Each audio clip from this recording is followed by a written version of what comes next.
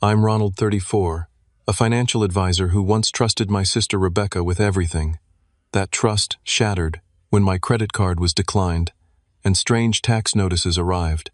Discovering she'd stolen my identity for an $800,000 fraud scheme devastated me. At our regular dinner, I slid a police report across the table.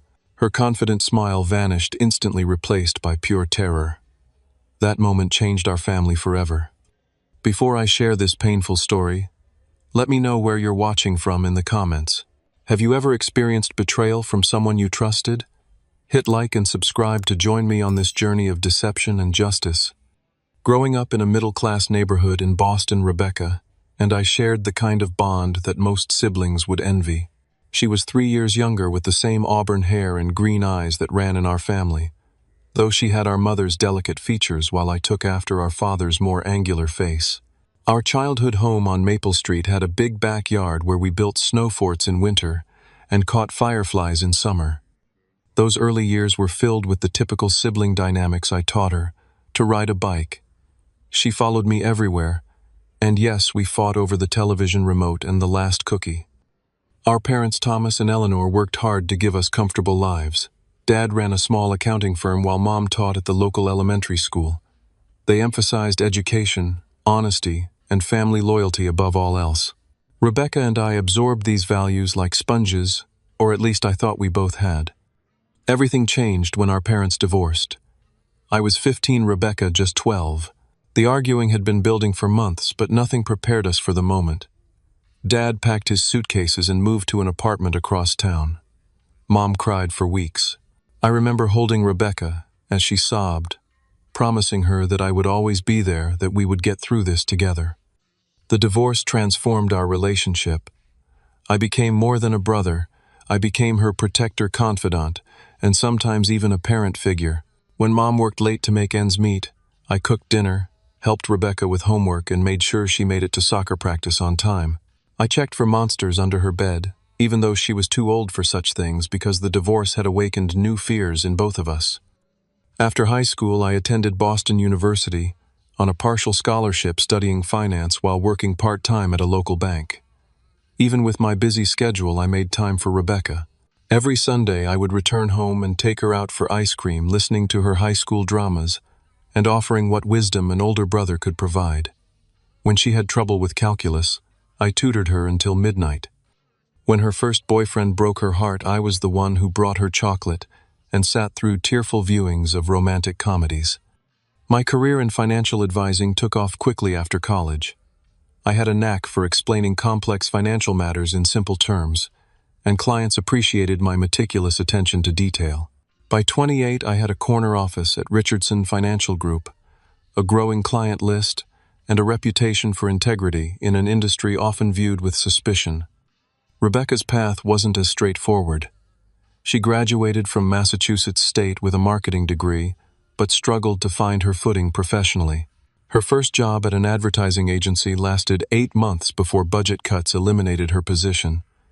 The digital marketing firm that hired her next underwent a merger, and she was let go. A startup social media company folded 6 months after she joined. With each setback, I reassured her that finding career stability takes time. Despite living in different parts of Boston, we maintained our close relationship into adulthood. Our weekly dinner tradition began when she was 23, newly unemployed and going through a painful breakup with her longtime boyfriend, Thomas. She called me crying, and I immediately drove to her apartment, finding her surrounded by tissues and empty ice cream containers. Instead of just comforting her there, I insisted on taking her to Antonio's, an Italian restaurant we both loved, saying a change of scenery would help. That dinner became our ritual every Thursday at 7, same table by the window, same waiter named Frank who eventually knew our orders by heart. During one particularly difficult period when Rebecca was between jobs, I loaned her $3,000 for rent and utilities. When her car broke down 6 months later, I helped her finance a new one, co-signing the loan since her credit wasn't strong enough yet. When she needed a security deposit for a new apartment after her roommate moved out unexpectedly, I wrote the check without hesitation. Each time she promised to repay me when she could, and I always told her the same thing: that's what family is for. About 2 years ago, Rebecca's fortune seemed to turn. She landed a marketing position at what she described as a growing financial technology company. Suddenly, she was the one suggesting more expensive restaurants for our weekly dinners. Her wardrobe transformed from fast fashion to designer labels. She moved from her cramped apartment with a roommate to a sleek one-bedroom in one of Boston's trendier neighborhoods. She even surprised me with expensive birthday gifts, a high-end watch 1 year, premium Celtics tickets the next. I was genuinely happy for her. After watching her struggle for years, seeing her succeed filled me with brotherly pride. When I asked about her company, she spoke in vague but enthusiastic terms about disrupting the financial space and innovative investment vehicles. I assumed her reluctance to share details stemmed from confidentiality agreements common in the financial world. Besides, her success seemed apparent in her growing confidence and lifestyle improvements. Why would I question it? During our Thursday dinners, Rebecca began picking up the tab more often, waving away my protests. "You've helped me for years, Ron," she would say. "Let me treat my successful big brother for once." Her generosity seemed like a natural evolution of our relationship, a sign that we were now on more equal footing. I interpreted her newfound financial freedom as the universe finally rewarding her persistence after years of setbacks. Little did I know that every smile across the dinner table, every generous gesture, every excited career update was part of an elaborate performance. The sister I had protected, supported, and trusted implicitly was hiding a betrayal so profound it would shatter not just our relationship, but my entire sense of security and identity. The first sign that something was wrong came during an important client dinner at the Capitol Grill. I had spent weeks pursuing the Andersons, a wealthy couple looking to restructure their retirement portfolio. After their entrees arrived, I excused myself to use the restroom. When I returned, Mr. Anderson was awkwardly studying his steak while Mrs. Anderson gave me a sympathetic look. "Your card was declined," she said quietly. "We went ahead and put it on ours." My face burned with embarrassment. I had plenty of available credit and had just paid the bill. I apologized profusely, insisting on reimbursing them in cash, which, thankfully, I had enough of in my wallet. "These things happen," Mr. Anderson said kindly, but I could see the flicker of concern in his eyes. In my business, financial stability wasn't just personal, it was professional. A declined credit card raised questions about my own financial management skills. The next morning, I called my credit card company. After navigating the automated system and verifying my identity, a representative named Jamal informed me that my card had been temporarily frozen due to suspicious activity. "We detected several large purchases in Miami yesterday," he explained. "Since you've never used your card in Florida before, our system flagged it as potential fraud." "I've never been to Miami," I confirmed, a knot forming in my stomach. Jamal listed off the charges: a $5,000 purchase at a luxury boutique, a $3,000 dinner at an exclusive restaurant, and an attempted $12,000 charge at a high-end jewelry store which had triggered the security freeze. "We'll remove these fraudulent charges and send you a new card," Jamal assured me, "but I'd recommend checking your credit report. If someone has your card information, they might have access to other accounts." I thanked him and immediately pulled up my credit monitoring service. What I saw made my blood run cold. 6 new credit accounts had been opened in my name over the past 3 months. 2 premium credit cards, a personal loan, a line of credit and financing for what appeared to be a luxury vehicle. I spent the entire day on the phone, moving from one financial institution to another, filing fraud claims and explaining that I hadn't opened these accounts. Each conversation left me more confused and alarmed. How had someone obtained enough of my personal information to open these accounts? How had they bypassed the security questions and identity verification measures? The following week, a thick envelope arrived from the Internal Revenue Service. Inside was a notice regarding discrepancies in reported income from several businesses registered under my Social Security number. Businesses I had never heard of, let alone owned: Pinnacle Investment Opportunities LLC, Summit Financial Consulting Group, and Elite Wealth Management Associates. The letter stated that these businesses had reported nearly $2 million in revenue over the past year, but the quarterly tax payments were inconsistent with the reported income. The IRS was requesting clarification and warning of potential penalties for underreported taxes. My initial reaction was to assume some massive computer error or mix-up of records. Perhaps another Ronald with a similar Social Security number had been incorrectly linked to my tax records. I called the IRS immediately and spent 3 hours being transferred between departments explaining and re-explaining my situation. The IRS agent I finally spoke with, Barbara, was sympathetic but firm. The businesses were registered with your Social Security number, date of birth, and address history. They even used your college information for security verification.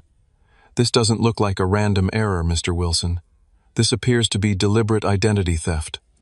Barbara advised me to file a police report immediately and contact the Federal Trade Commission to begin an identity theft claim.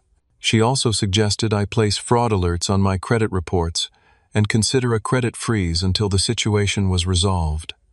That evening I sat at my kitchen table, surrounded by papers, my laptop open to my credit report, which now showed my near-perfect credit score had plummeted nearly 200 points. The report listed 27 credit inquiries in the past 6 months and a current debt-to-income ratio that would make any financial advisor cringe. I methodically called each credit bureau to place fraud alerts on my accounts and request credit freezes. Each representative asked the same questions, and I recited the same answers, feeling increasingly numb as the magnitude of the situation became clear. The next morning I visited my local police precinct to file an identity theft report. Officer Jenkins took my statement, his expression growing increasingly concerned as I detailed the extent of the fraud. "This isn't a random case of someone finding your wallet or guessing your password," he said, reviewing my documentation.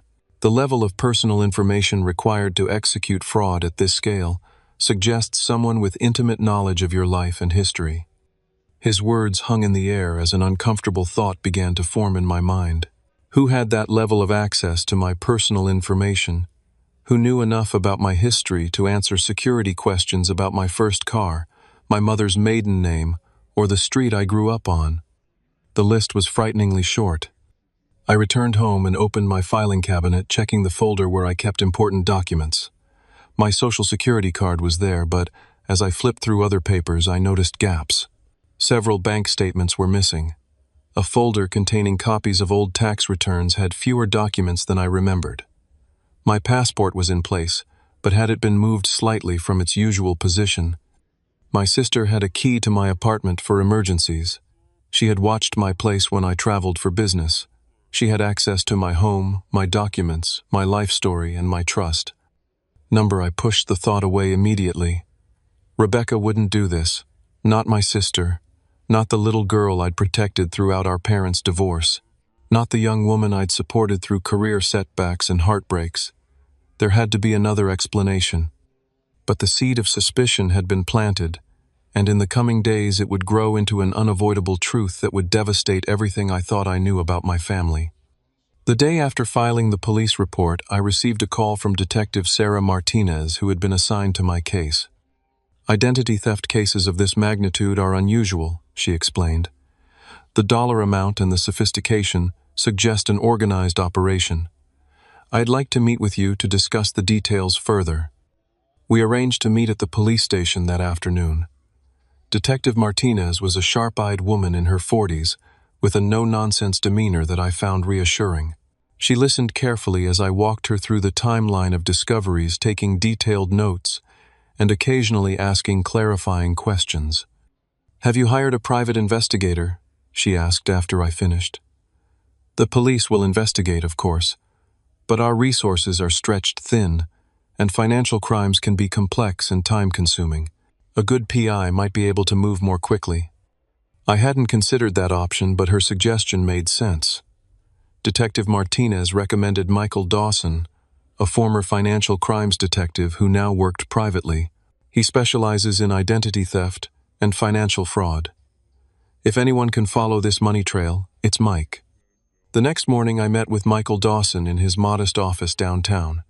He was a burly man with salt and pepper hair and reading glasses perched on his nose. The walls were lined with credentials and thank you letters from previous clients. Walk me through everything he said, and once again I recounted my discovery of the fraud, the accounts, the businesses, and the tax implications. What about suspects? Dawson asked, leaning back in his chair. In cases like this, it's rarely a stranger. The access needed to pull this off usually points to someone close. I hesitated, the suspicion I'd been fighting still difficult to voice. I've considered, but I can't believe. Your sister Dawson finished for me, watching my expression closely. My surprise must have been evident. How did you know? Experience. You mentioned she has access to your home, knowledge of your personal history, and has recently displayed a significant lifestyle upgrade without clear explanation. Plus, your reluctance to name her speaks volumes. I nodded, feeling a mix of relief and dismay that my unspoken suspicions seemed obvious to an objective observer. I'll need to look into her as well as follow the money trail, Dawson said. I'll be discreet, but thorough. Can you provide me with her full name, current address, and workplace information? I gave him Rebecca's details, each word feeling like a betrayal, even though I was the one who had been betrayed if my suspicions proved correct. Dawson promised to begin immediately and update me within a few days. True to his word, Dawson called 3 days later. I've found some interesting information about the businesses registered in your name. Can you come to my office this afternoon? When I arrived, Dawson had several folders spread across his desk and multiple windows open on his computer. The 3 companies registered under your social security number all list a managing director named Robert Wilson, supposedly you. The business registration documents were filed online using your personal information. He turned his monitor toward me, showing incorporation documents bearing a signature that superficially resembled mine but was clearly forged. The businesses all operate from virtual offices with mail forwarding services. On paper, they appear to be legitimate financial advisory firms offering exclusive investment opportunities to clients. In reality, they seem to be nothing more than shells designed to collect investor funds. Dawson clicked to another screen showing a banking statement. The money flows in from various investors, then immediately gets transferred through several accounts before ending up here. He pointed to an account number. This account belongs to a holding company called RW Enterprises. I don't own any such company, I said. No, you don't, Dawson agreed. But guess who does? RW Enterprises was created by Rebecca Wilson 6 months ago. My stomach dropped. That could be coincidental, I said weakly, still grasping for alternative explanations. There's more, Dawson said gently. I obtained security footage from First National Bank where one of your fraudulent accounts was accessed in person. He pulled up a video file and pressed play. The grainy footage showed a bank lobby, and then a woman approached the teller window. Even from the overhead angle, there was no mistaking her. Rebecca, my sister, was conducting business at a bank, using an account in my name. She presented ID in your name, Dawson explained. Likely a forged driver's license. She withdrew $8,000 in cash that day. I stared at the screen, watching my sister smile at the teller sign. A withdrawal slip and walk away with a large envelope that presumably contained my money. The evidence was irrefutable, but my mind still struggled to accept it. The email addresses used to open these fraudulent accounts are variations of your name but registered to IP addresses that trace back to Rebecca's home and office, Dawson continued. And the phone numbers listed as contact information for these accounts belong to prepaid phones purchased with her credit card. He slid a folder toward me. This contains records of luxury purchases made in recent months that correspond with your sister's new lifestyle. Designer clothing, expensive restaurants, a new Mercedes leased under one of the shell company names but driven exclusively by her. She put a down payment on a waterfront condominium last month. I flipped through the pages, each one documenting another piece of my sister's betrayal. Credit card statements showing lavish spending, lease agreements, property records, and most damning of all, photographs Dawson had taken of Rebecca entering her new building, driving her new car, shopping at high-end stores on Newbury Street. The total amount diverted from fraudulent accounts opened in your name appears to be approximately $800,000, Dawson said, his voice gentle but firm. Some of this money came from legitimate investors who believed they were working with you, or companies you represented. Those people are victims too, and they may have legal recourse against you unless you can prove this was done without your knowledge or consent. The room seemed to spin around me. $800,000, dozens of victims, my sister, my reputation, my life. What do I do now? I asked, my voice barely above a whisper. You have options, Dawson replied. You can take this evidence directly to Detective Martinez and press charges immediately. Your sister would likely be arrested within days. Or you can confront your sister first, perhaps with the hope of getting her to make restitution voluntarily before the criminal justice system takes over. But I should warn you, in cases like this, the perpetrator rarely comes clean easily. They've convinced themselves they're entitled to what they've taken. I nodded slowly, taking the folder of evidence. I need time to think, to process all this. Of course, Dawson said. But don't wait too long. Your sister might realize the walls are closing in, and she could attempt to flee or hide assets. As I left Dawson's office with the weight of evidence in my hands, I felt like I was carrying the remains of my relationship with Rebecca. Every photograph, every bank statement, every forged document was another nail in the coffin of the bond I thought we shared. The next 3 days passed in a blur. I called in sick to work something I had rarely done in my career. The thought of advising clients on protecting their financial futures, when I had failed to protect my own, seemed unbearable. How could I face them knowing that my own sister had used my identity to defraud innocent people? I barely slept. When exhaustion finally overcame me, nightmares jolted me awake. Rebecca laughing as she signed my name on documents. My clients pointing accusatory fingers. Prison bars closing around me for crimes I didn't commit. I would wake up gasping, sheets soaked with sweat, reaching for my phone to check if more fraud alerts had arrived. Food lost its taste. The coffee I normally savored each morning turned bitter on my tongue. I lost 6 pounds in that short period, my clothes hanging looser on my frame. My neighbor Sandy knocked on my door, concerned after seeing me stumble to my mailbox looking like death warmed over, as she put it. I sat for hours in my darkened living room, blinds drawn, replaying memories of Rebecca throughout our lives.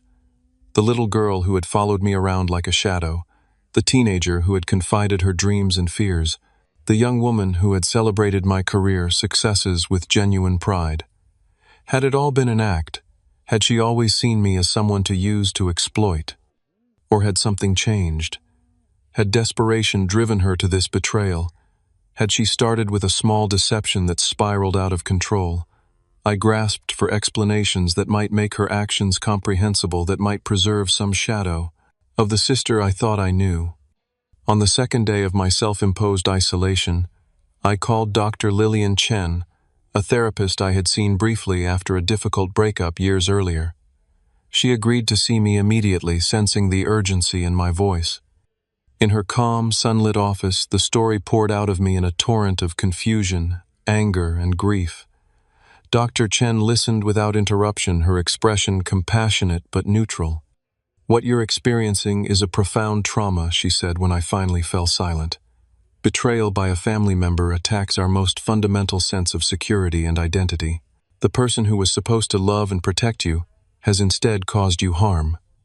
That creates a particular kind of psychological injury." "I keep trying to understand why," I said. "What did I miss? What signs should I have seen?" "Those questions are natural, but be careful not to take responsibility for her actions," Dr. Chen cautioned. "Skilled manipulators are expert at hiding their true intentions. Your trust in your sister wasn't a failure on your part. It was a normal expression of family love." I nodded, though her words provided little comfort. I feel like I don't know who she is anymore, and that makes me question who I am. If I was so wrong about the person closest to me, what else am I wrong about? Who can I trust? "Trust issues are a common response to betrayal," she acknowledged. "Working through those feelings will take time. For now, focus on practical steps to protect yourself and decide how you want to handle this situation legally and personally." As I left her office, Dr. Chen scheduled another appointment for later that week. "This isn't something you should process alone," she insisted. "Having support is crucial right now." Back at home, the evidence folder from Michael Dawson sat on my coffee table like a ticking bomb. I forced myself to go through each document again methodically, professionally, as if this were a client's problem rather than my own. I created a timeline of the fraud, noting each account opening, each significant withdrawal, each business registration. The pattern that emerged was one of escalating boldness. Rebecca had started with small accounts, testing the waters before moving on to larger fraud as her confidence grew. My phone rang constantly, clients wondering why their meetings had been rescheduled, colleagues concerned about my uncharacteristic absence. My boss, Frank Richardson, left increasingly worried messages. "Ronald, whatever's going on, we can work through it," his latest voicemail said. "But I need to know you're okay. Call me." I finally did, offering a vague explanation about a family emergency requiring my attention. Frank was understanding, but firm. "Take the time you need, but keep me in the loop. Your clients are asking questions I can't answer." The mention of my clients sent a fresh wave of anxiety through me. My reputation was my most valuable professional asset. If word got out that my identity had been used in a massive fraud scheme, would clients lose confidence in me? Would they wonder if I had been complicit? The financial advising world was built on trust, and once lost, that trust could be nearly impossible to regain.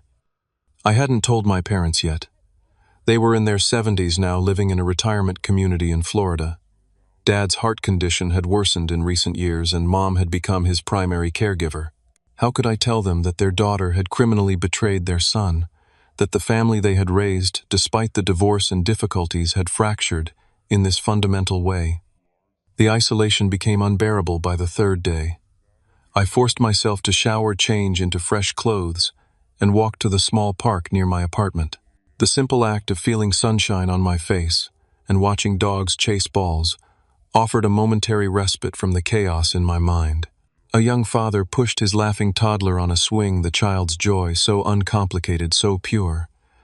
I wondered if I would ever feel that kind of simple happiness again. As I walked home, my phone buzzed with a text from Rebecca: "Still on for dinner tomorrow night.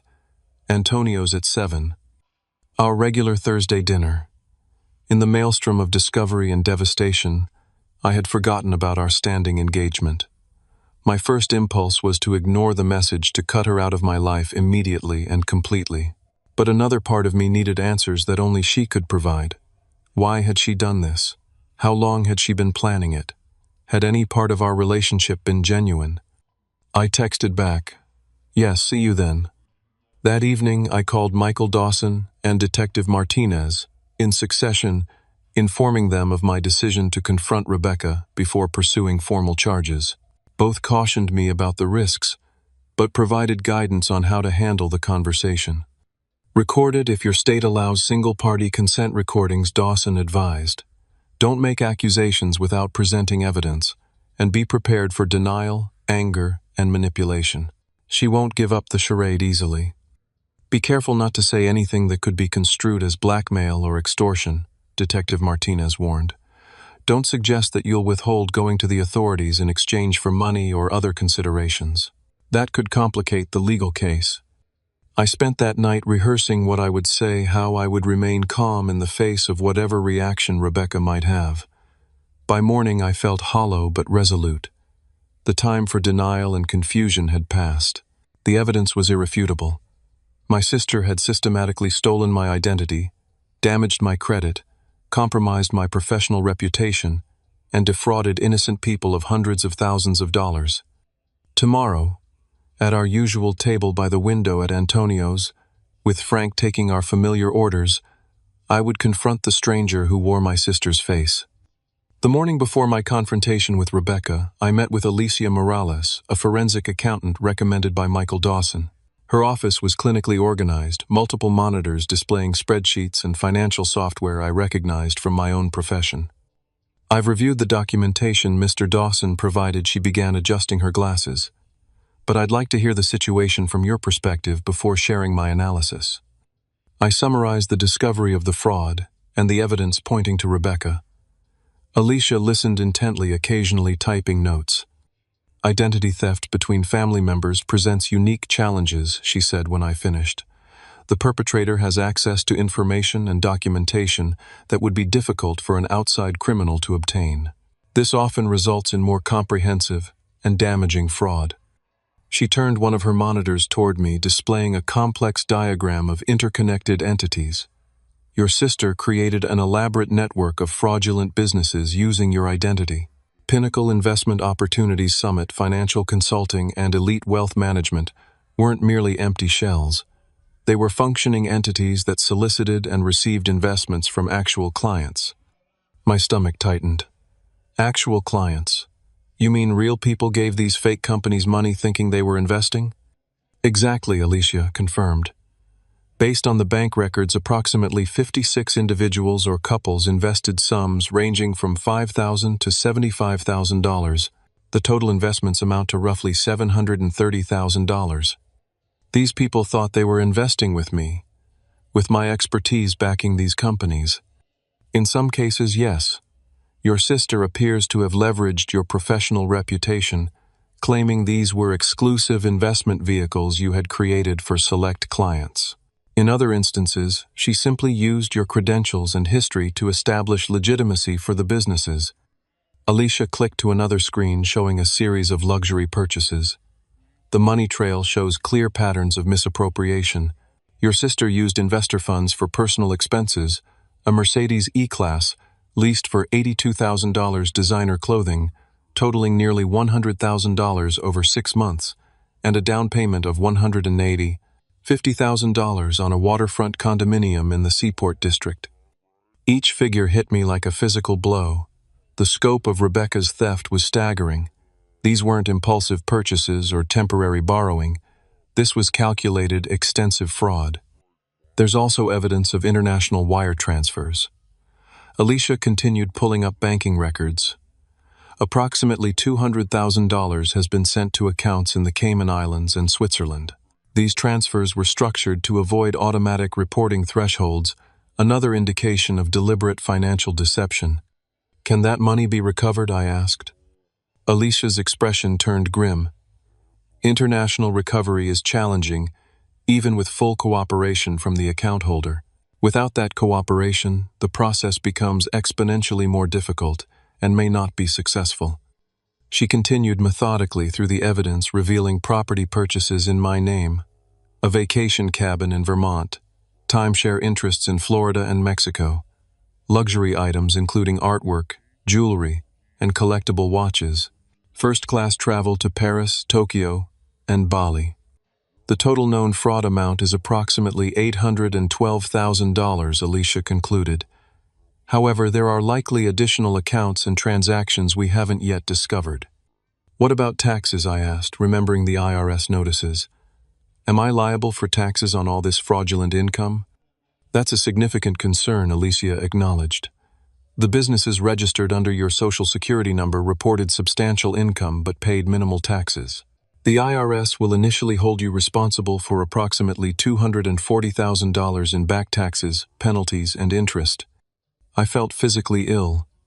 Not only had Rebecca stolen my identity and defrauded dozens of innocent investors, but she had potentially left me with a tax liability that could take years to resolve. You'll need to file Form 1439 with the IRS to report the identity theft, Alicia advised. You should also consult with a tax attorney specializing in identity theft cases. Resolving the tax implications will likely take months or even years, but with proper documentation, you should eventually receive relief from these liabilities. After the meeting with Alicia, I met with Jonathan Price, a lawyer specializing in financial crimes and identity theft. His corner office overlooked the Boston Harbor, a view that would normally have impressed me but now barely registered. You have both criminal and civil options, Jonathan explained after reviewing my case. Criminally, your sister could face multiple felony charges: identity theft, wire fraud, mail fraud, tax evasion, and securities fraud if she misrepresented these investment opportunities. The potential sentence could be substantial, possibly 10 to 20 years in federal prison, depending on the specific charges and sentencing guidelines. The thought of Rebecca in prison for decades sent a chill through me despite everything she had done. Civilly, you can sue for damages to your credit reputation and financial standing. However, civil action usually takes a back seat to criminal proceedings in cases of this magnitude. What about the people who invested money with these fake companies, I asked. Are they likely to sue me? That's a legitimate concern, Jonathan acknowledged. Even though you're a victim of identity theft, investors might initially pursue claims against you and your assets. You would have an affirmative defense based on the identity theft, but proving that defense would require time and legal expenses. So even though I'm the victim, I could end up fighting lawsuits from other victims. Unfortunately, yes. That's why documenting everything and filing reports promptly is crucial. The more evidence you have that this was done without your knowledge or consent, the stronger your position will be. Jonathan leaned forward, his expression serious. There's something else you should know. My investigator has uncovered evidence suggesting your sister has defrauded others besides you. What? Who else? Former boyfriends, roommates, even employers. Nothing on the scale of what she's done to you, but there's a pattern of financial exploitation going back several years.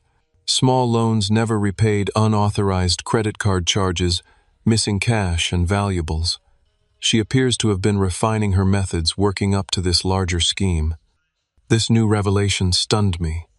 Rebecca's betrayal wasn't a one-time lapse in judgment or a desperate measure in a moment of crisis. It was part of a pattern, a character trait I had somehow missed despite our closeness. Or perhaps because of it. My trust in her had been so complete that I had overlooked or rationalized away the warning signs. Given all this, I said finally, what would you recommend as my next steps? If you're determined to confront her before involving law enforcement, proceed with extreme caution, Jonathan advised. Record the conversation if legally permitted. Present your evidence methodically. Be prepared for denial, deflection, and emotional manipulation. People capable of this level of fraud are typically skilled at deception in all its forms. And if she confesses, offers to make restitution, even with a confession and promised restitution, you should still file criminal charges, Jonathan said firmly. This isn't a simple case of borrowing your credit card without permission. This is sophisticated, premeditated fraud affecting dozens of victims beyond yourself. The authorities need to be involved regardless of any private resolution you might reach. As I left Jonathan's office, the full weight of Rebecca's actions pressed down on me. This wasn't just about money or credit scores.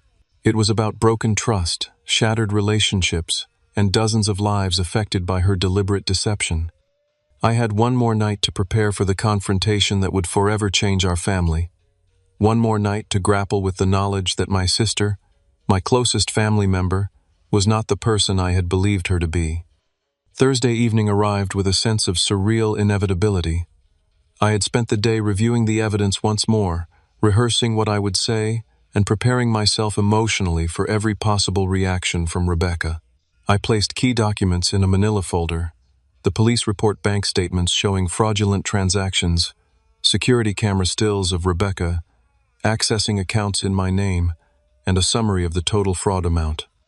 I arrived at Antonio's 20 minutes early, choosing our usual table by the window. Frank, our regular waiter, greeted me warmly. The usual Chianti, Mr. Wilson. Just water for now, Frank. Thank you. I placed my phone on the table, the recording app ready, but not yet activated. Massachusetts was a two-party consent state for recordings, but I had consulted with Jonathan about the legality. In public places like restaurants, there was no reasonable expectation of privacy, especially for conversations conducted at normal volume. Still, I would inform Rebecca that I was recording once the conversation turned to the fraud. At precisely 7 o'clock, Rebecca walked through the door. She looked stunning in a designer dress I recognized from the credit card statements I had reviewed. Her hair was freshly styled, her makeup flawless, her smile confident as she spotted me and waved. Diamond earrings caught the light as she approached another luxury purchase documented in the fraud investigation. "Sorry, I'm a couple minutes late," she said, leaning down to kiss my cheek before taking her seat. Traffic on Atlantic Avenue was terrible. I forced a smile, trying to see my sister through new eyes. She looked the same as always, yet completely different now that I knew the truth behind her polished appearance. "No problem. You look nice." Thanks. This dress was such a find. End of season sale at Neiman Marcus. Another lie. According to the credit card statement, she had paid full price using a card opened in my name.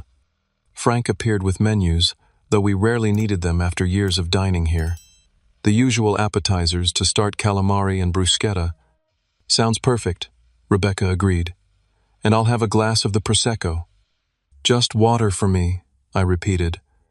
I need to stay clear-headed tonight. Rebecca raised an eyebrow. Everything okay? Trouble at work? We'll get to that, I said. How's your job going? Any new projects at that financial technology company? Her eyes lit up as she launched into elaborate descriptions of marketing campaigns and client acquisitions, each detail a fabrication, since the company itself didn't exist.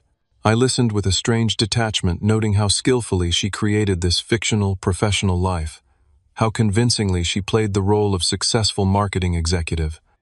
Our appetizers arrived, and Rebecca continued dominating the conversation, talking about a weekend trip she was planning to Martha's Vineyard with friends.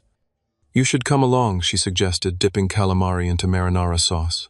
The house we rented has an extra bedroom, and you could use a break. You seem tense lately. I can't afford luxury weekends right now, I said, seizing the opening. I've been having some financial issues.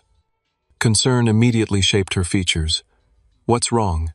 Market downturn affecting your clients? Or is it something personal? Very personal, I confirmed. My identity was stolen recently. I watched carefully for any reaction, any tell that might reveal her guilt. A slight widening of her eyes was the only sign that my words had affected her. That's terrible. How did it happen? Have you reported it? Oh yes, I've reported it. Filed a police report, met with fraud investigators, hired a private detective. The whole process has been enlightening. She reached across the table to squeeze my hand sympathetically. I'm so sorry, Ron. Identity theft is such a violation. Did they catch who did it? I met her eyes directly. Yes, they did. Something in my tone must have registered because she withdrew her hand slowly, her expression shifting subtly. That's good then. Right. Problem solved. Not quite solved, I said, keeping my voice steady. The damage is extensive. $800,000 in fraud, dozens of victims, tax liabilities, credit destruction. Frank returned to take our main course orders. Rebecca ordered osso buco while I asked for more time. As soon as he left, I activated the recording app on my phone. I should mention that I'm recording our conversation now, I said calmly. For documentation purposes. Rebecca's smile faltered slightly. Why would you need to record a dinner conversation? Because I want to be sure I have an accurate record of your response to what I'm about to say. I opened the manila folder and slid the police report across the table. This is a police report detailing identity theft, wire fraud, and tax evasion committed using my personal information. Rebecca glanced at the document without touching it. I don't understand why you're showing me this. The evidence is conclusive, Rebecca. Bank security footage, IP address traces, phone records, property documents, wire transfer authorizations, all pointing to one person. I paused, watching her face carefully. You. For a moment, she maintained her confused expression, then attempted a laugh that didn't reach her eyes. That's ridiculous. Why would I steal your identity? I have my own career, my own money. No, you don't, I said quietly. Your financial technology company doesn't exist. Your marketing position is fictional. Your apartment, car, clothes, jewelry, all purchased with money stolen using my identity. I placed security camera stills on the table. This is you at First National Bank withdrawing $8,000 from an account opened in my name. This is you signing lease documents for a Mercedes, using a business registered with my social security number. This is you entering the Seaport condominium you purchased with a down payment drawn from fraudulent investment accounts.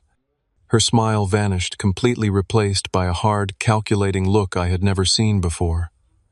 These could be anyone. The images are grainy. The forensic accountant traced every dollar, Rebecca. The private investigator documented your movements for weeks. The evidence is overwhelming and incontrovertible. Around us, The restaurant continued its normal evening service. Couples chatting over wine, waiters delivering steaming plates of pasta, a birthday celebration with singing at a corner table. Our private apocalypse was invisible to everyone else. "I don't know what you think you've found," Rebecca said, her voice dropping to a harsh whisper, "but you're making a serious accusation without understanding the full picture." "Then explain it to me," I challenged. "Explain how businesses I never created are registered with my social security number. Explain how accounts I never opened are funding your lifestyle. Explain how 56 people invested money with companies bearing my credentials that I never authorized."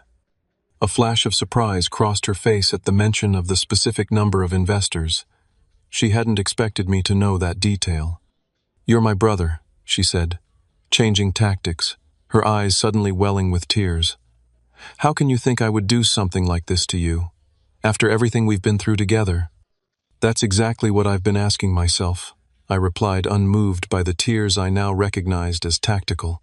How could my sister, who I protected and supported for decades, systematically steal my identity and destroy my financial security?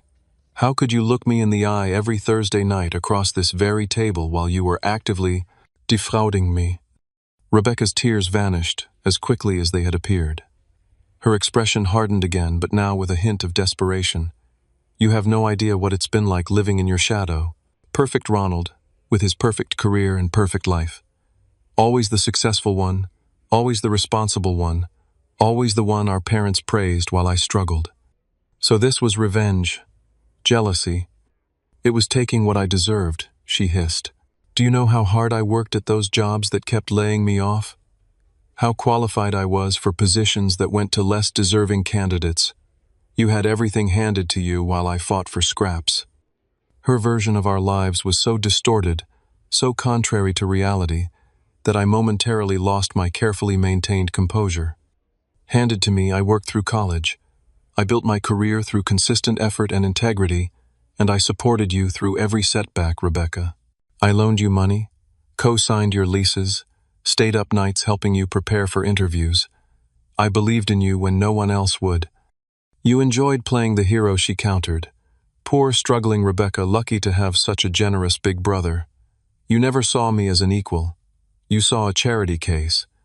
Her words stung because they contained a kernel of truth distorted beyond recognition. Had I sometimes felt superior in my stability compared to her chaos? Had my support sometimes come with an undercurrent of condescension? Perhaps, but nothing justified what she had done. "Even if that were true," I said, regaining my calm, "it wouldn't justify stealing my identity and defrauding innocent people. This isn't just about me, Rebecca. There are dozens of victims who invested their savings believing they were working with legitimate companies." "Those people are fine," she scoffed. "They're all wealthy. They can afford the loss." "That's not for you to decide. And it's not true. Michael Dawson interviewed several of your victims.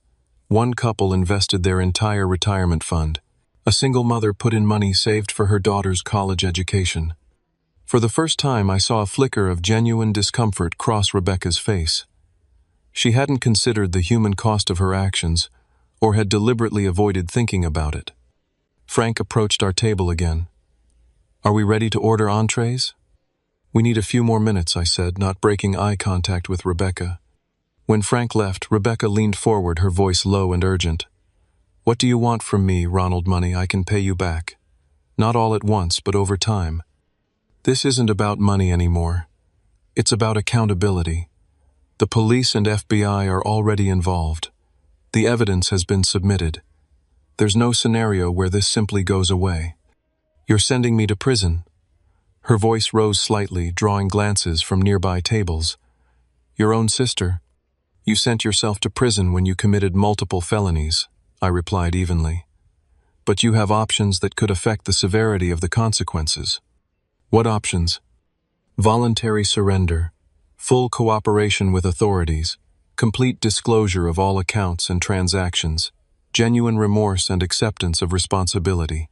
These factors can significantly impact sentencing decisions." Rebecca's eyes darted around the restaurant, calculating, assessing. For a moment I thought she might simply get up and run. But where would she go? Her face was on file with law enforcement now. Her passport would trigger alerts.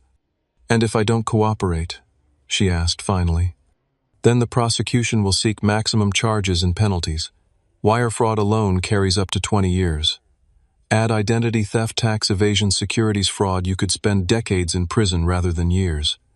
The color drained from her face as the reality of her situation finally seemed to register. "I never meant for it to get this far," she whispered. "It started small. Just a credit card to help with expenses when I lost my job again.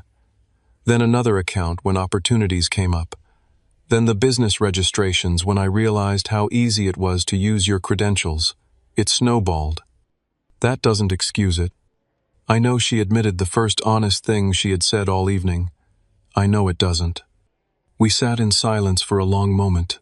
The weight of everything between us, the shared childhood, the bond, through our parents' divorce, the years of what I had thought was mutual support, and now this catastrophic betrayal pressing down, like a physical presence. "What happens now?" she asked finally. "Tonight you go home and think about your options. Tomorrow morning you contact this attorney." I slid a business card across the table who specializes in financial crimes. "You tell him everything, hold nothing back. He'll arrange your surrender to authorities and begin negotiating with prosecutors. And if I don't show up tomorrow?" Then Detective Martinez executes the arrest warrant, first thing Saturday morning, likely at your workplace or home with media coverage that ensures maximum public exposure. Rebecca flinched at the mention of the detective's name and the specificity of the timeline. She realized I wasn't bluffing or threatening. The machinery of justice was already in motion. She stood abruptly, gathering her designer purse. "I need time to think." "Don't do anything that will make your situation worse," I warned. "Don't attempt to transfer or hide assets. Don't try to leave the country. Don't destroy evidence. These actions will only add charges and extend your eventual sentence." Tears filled her eyes again, but this time they seemed genuine. "I'm sorry, Ronald. Not that it matters now, but I am sorry."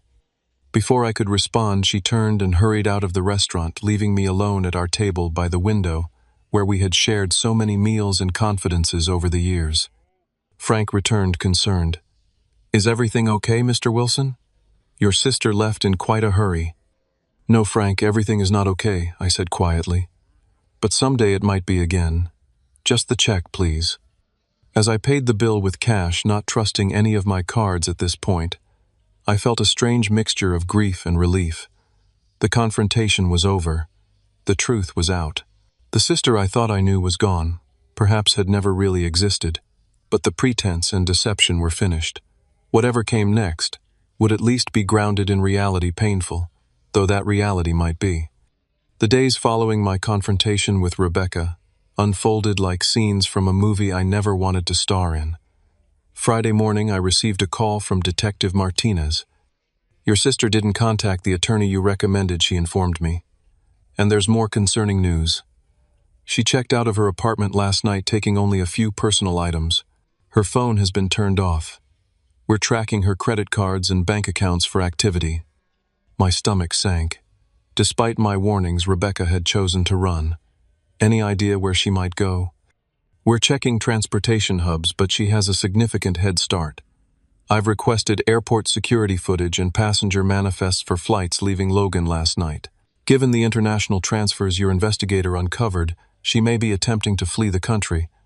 I thought of Rebecca's favorite travel destinations, her network of friends and acquaintances. "She speaks French," I offered. "She studied abroad in Paris during college and always talked about living there someday." "That's helpful information. I'll alert our international partners." 3 days later, Rebecca was apprehended at Montreal Pierre Elliott Trudeau International Airport, attempting to board a flight to Paris. She had dyed her hair blonde and was traveling under a fake passport, but facial recognition software flagged her for additional screening. Canadian authorities detained her until FBI agents arrived to escort her back to Boston. News of her arrest made local headlines. "Boston woman arrested in $800,000 identity theft scheme." The articles didn't initially mention our relationship, but that detail emerged in subsequent coverage. My phone exploded with calls and texts from friends, colleagues, and clients who recognized my name in the stories. Frank Richardson, my boss, called an emergency meeting with me and the firm's legal counsel. "We need to get ahead of this," he said gravely. "Our clients are already asking questions." The firm issued a statement clarifying that I was the victim, not the perpetrator of the fraud. Frank arranged for me to take a paid leave of absence while the legal proceedings unfolded. "Take the time you need," he said kindly. "Your job will be here when you're ready to return." Not all responses were so understanding. Some clients withdrew their accounts despite the firm's assurances. Colleagues avoided me in the hallways as if identity theft might be contagious. Invitations to industry events mysteriously disappeared. The hardest conversation was telling my parents. I flew to Florida, believing this news needed to be delivered in person. They sat stone-faced in their small living room as I explained what their daughter had done to their son. "There must be some mistake," Mom insisted, her hands trembling. "Rebecca wouldn't do this. She couldn't." Dad, always more pragmatic, asked about the evidence. When I showed them the security camera footage and financial documentation, his face crumpled. "Where did we go wrong with her?" "You didn't go wrong," I assured them. "This isn't your fault. Rebecca made her own choices." They aged visibly that weekend, the knowledge of their daughter's crimes and impending imprisonment weighing on them like physical burdens. I arranged for a local therapist to meet with them and left contact information for support groups for families of incarcerated individuals. Back in Boston, the legal process ground forward. Rebecca was charged with multiple federal felonies: identity theft, wire fraud, mail fraud, bank fraud, tax evasion, and securities fraud. The prosecutor's office, seeing the strength of the evidence, pushed for a plea deal rather than a lengthy trial. Rebecca finally followed my advice and hired the attorney I had recommended. Stanley Greenbaum specialized in financial crimes and negotiated a plea agreement that avoided the maximum penalties but still carried significant consequences. 6 weeks after our confrontation at Antonio's, I sat in a federal courtroom watching my sister enter a guilty plea to reduced charges. She looked small in her navy blue pantsuit, her recently blonde hair now returning to its natural brown at the roots. When the judge asked if she wanted to make a statement, she turned toward where I sat in the gallery. "I betrayed the person who always supported me," she said, her voice steady, despite the tears tracking down her cheeks. "I convinced myself I was entitled to take what wasn't mine because of perceived injustices in my life. I lied to myself as much as I lied to others. I hurt innocent people, including my own brother. There's no justification for what I did, only explanation and regret. I accept full responsibility for my actions and their consequences." The judge sentenced her to 8 years in federal prison, with the possibility of parole after 5 years plus restitution payments to all victims. As the bailiff led her away, Rebecca looked back at me one last time. I didn't wave or nod. I simply met her gaze, acknowledging what had happened between us without offering forgiveness I wasn't yet ready to give. The following months were dedicated to rebuilding my financial life. The IRS created a specialized case file for my situation, assigning an advocate to help navigate the complex process of separating legitimate from fraudulent tax liabilities. Credit bureaus issued fraud alerts and eventually removed the fraudulent accounts from my reports, though my credit score remained damaged. Some of Rebecca's victims filed civil suits against me despite my status as a victim myself. The litigation dragged on for months before most cases were dismissed or settled for nominal amounts once the facts became clear. A few victims, understanding my situation, redirected their legal efforts toward recovering assets Rebecca had hidden. Dr. Chen continued to help me process the psychological trauma of Rebecca's betrayal. "Family estrangement is its own form of grief," she explained. "You're mourning the relationship you thought you had, and the sister you believed you knew." 6 months after Rebecca's sentencing, I returned to work full-time. Some clients had left permanently, but others returned once the dust settled. Frank assigned me to work with our most loyal accounts while I gradually rebuilt my client base. "Your personal experience with financial fraud gives you unique insight," he pointed out. "Use it to help others protect themselves." Taking his advice, I developed a seminar on identity protection and fraud prevention. I began speaking at community centers, retirement homes, and eventually industry conferences. Sharing my story became part of my healing process, transforming my personal tragedy into a cautionary tale that might help others avoid similar experiences. I visited Rebecca in prison once a year after her sentencing. The visitor's room was sparse but clean, filled with other families maintaining connections despite concrete walls and steel bars. When Rebecca was let in, I barely recognized her. Prison had stripped away her designer clothes, professional makeup, and carefully maintained hairstyle. She looked older, more subdued, but also somehow more authentic than she had in years. "I didn't expect you to come," she said after we sat across from each other at a small table. "Neither did I admitted. "But I had questions only you could answer." "I'll tell you anything you want to know," she promised. "No more lies." We talked for the allotted hour, covering ground we hadn't been able to address during our confrontation at Antonio's. She explained how her fraud had evolved from desperate measures during unemployment to calculated schemes as she discovered how easily she could exploit my information and trust. She acknowledged the rationalization and compartmentalization that had allowed her to sit across from me week after week while systematically undermining my financial life. "Did you ever really care about me?" I asked finally. "Or was I always just a resource to exploit?" "Both," she answered, surprising me with her candor. "I loved you as my brother depended on you, admired you. But I also resented you, envied your success, and ultimately convinced myself that taking from you wasn't really wrong because you had so much and I had so little. It was a twisted logic that made sense only in my most self-centered moments." I left the prison without promising another visit. The conversation had provided some answers, but not the closure I had hoped for. That I was learning would have to come from within myself rather than from Rebecca. 2 years after Rebecca's sentencing, most of the practical matters had been resolved. My credit had been restored. The tax issues largely settled, the civil suits dismissed or resolved. The financial damage, while substantial, was not permanent. The emotional damage was another matter entirely. I had built new routines to replace the Thursday dinners with Rebecca. I joined a community basketball league, reconnected with college friends I had neglected, and even began dating again after a long period of avoiding romantic entanglements. Jessica, a kindergarten teacher I met through a mutual friend, approached our relationship with patience as I worked through my trust issues. "Not everyone will betray you," she reminded me when my insecurities surfaced. "Some people are exactly who they appear to be." On a crisp fall evening, 3 years after the confrontation, I found myself walking past Antonio's restaurant. I hadn't returned since that fateful night with Rebecca. On impulse, I pushed open the door and asked for a table by the window. Frank, still working there after all this time, recognized me immediately. "Mr. Wilson, it's been too long." "Yes, it has," I agreed, settling into the familiar chair with its view of the street. "The usual Chianti?" he asked, as if no time had passed. "Yes, please." As I sipped the wine and studied the menu I had once known by heart, I realized something had shifted within me. The pain hadn't disappeared, but it had transformed. The raw wound of betrayal had gradually become a scar, still visible, still sensitive to the touch, but no longer bleeding, no longer dominating my consciousness. Rebecca would remain in prison for at least 2 more years. My parents had visited her monthly until Dad's health declined further. Mom still went when she could, keeping me updated on Rebecca's participation in prison education programs and therapy sessions.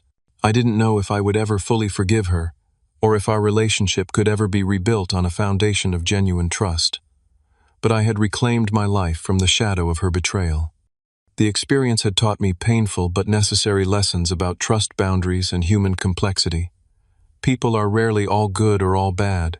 Even those closest to us can harbor darkness we never suspect. Protection against betrayal isn't found in isolation or cynicism, but in balanced trust, openness to connection, combined with appropriate verification and boundaries. As I paid my bill and stepped back onto the sidewalk, I felt a sense of peace I hadn't experienced in years. The sister I thought I knew was gone, but the person I had become through this ordeal was stronger, wiser, and ultimately more whole. Have you ever experienced betrayal from someone close to you? How did you rebuild trust afterward?